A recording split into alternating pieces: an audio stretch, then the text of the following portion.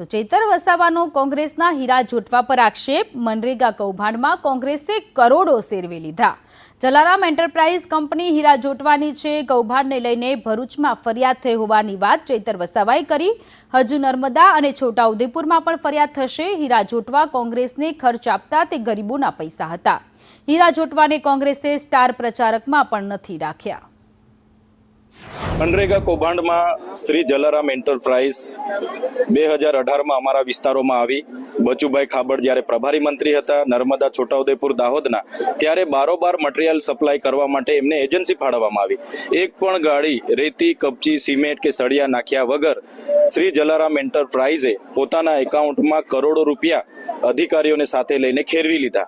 આ જલારામ એન્ટરપ્રાઇઝ સુપાસી ગામ, વેરાવળ તાલુકો અને ગીર સોમનાથ જિલ્લાની છે, જે કોંગ્રેસના પ્રદેશના નેતા છે હીરાભાઈ જોટવાની છે।